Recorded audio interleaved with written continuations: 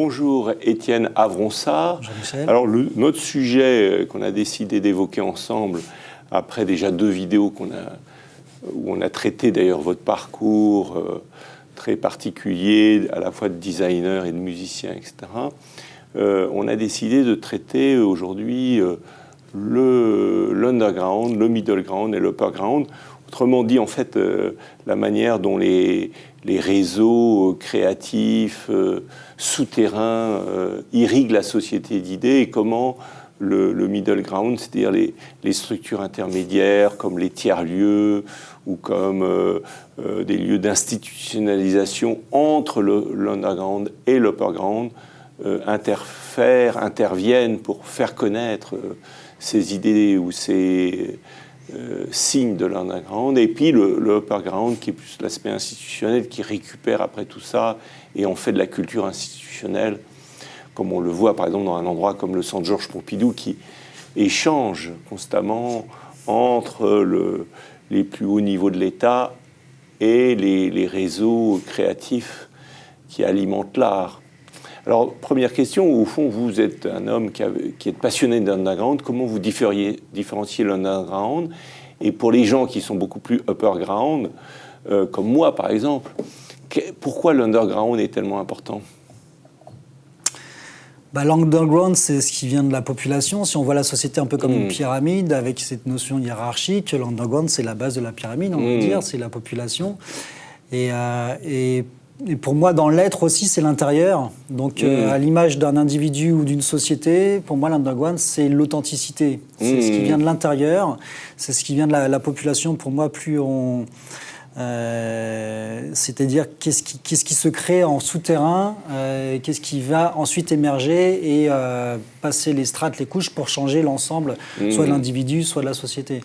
Alors effectivement, depuis toujours en fait, ça a été vrai dans toutes les sociétés. Alors je ne sais pas, on peut remonter très loin, mais en tout cas, depuis un siècle, on voit bien que la musique, la création picturale, etc., vient de l'underground.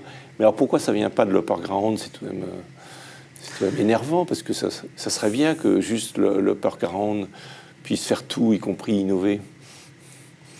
J'ai l'impression que dans le milieu créatif et artistique, effectivement, ça vient de l'underground, et qu'au niveau politique, économique, tout est décidé un petit peu par en haut, quoi. Par l'upperground. Donc, du coup, là, on est c'est comme s'il y avait une sorte de compétition, en tout cas en ce moment, de transformation de la société, j'ai l'impression, où c'est comme si on était dans une culture un petit peu assistée où des dirigeants décident pour le peuple.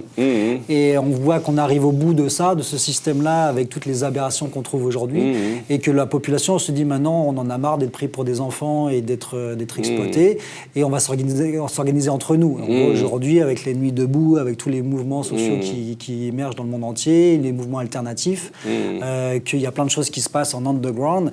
Et pour moi, c'est le vrai changement, il peut venir que de là.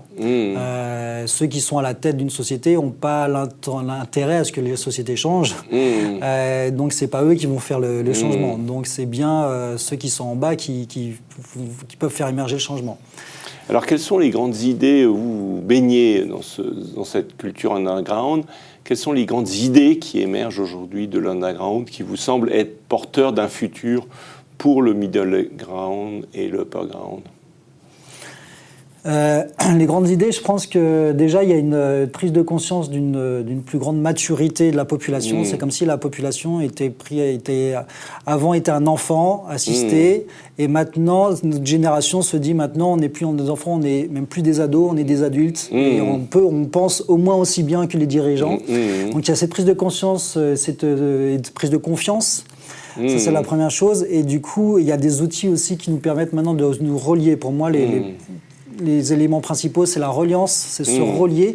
Avant, j'utilise souvent un peu cette image, c'est-à-dire avant, c'est comme si tous les gens qui voulaient un petit peu du changement dans le monde, comme si on était des graines sous terre, et que maintenant on pousse comme des petits brins d'herbe, et qu'en sortant de terre, on s'aperçoit qu'on n'est pas le seul brin d'herbe, mais qu'il y a des millions d'autres brins d'herbe.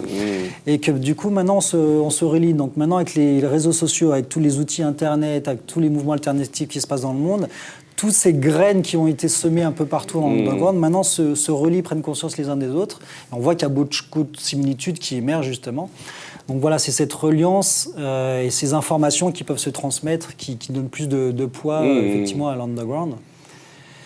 Et alors, donc il y a cette idée d'âge adulte, il y a cette idée de réseau et de reliance. Est-ce qu'il y a d'autres idées qui vous semblent importantes ? Peut-être c'est important les nouvelles monnaies au niveau économique, comment vous voyez les choses. Les monnaies alternatives ont joué un rôle très important d'après vous ? Oui, je pense que les monnaies, c'est un exemple effectivement de comment les gens peuvent s'organiser entre eux. Se réapproprier leur monnaie, leur médium d'échange en fait. C'est ça, ouais, parce que c'est vrai qu'aujourd'hui on fonctionne avec une monnaie monopole par pays ou par région du monde.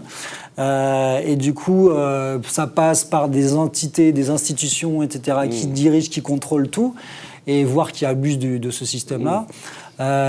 Et du coup, l'idée en underground, c'est de se dire, nous, on est dépendant d'un système parce qu'on est né dedans et qu'on n'a pas le choix. C'est comme si on était né quelque part dans un jeu de société. On ne nous a pas demandé si on voulait jouer à ce jeu de société, mais on n'a pas le choix. Mais c'est difficile d'en sortir, mais par contre, on peut proposer quelque chose en parallèle. C'est d'où le mot alternatif. Voilà. C'est-à-dire, on essaye de proposer d'autres solutions. Alors, c'est pas toujours évident parce que le monde met du temps à émerger, à changer. Il y a beaucoup d'influences, il y a beaucoup de difficultés.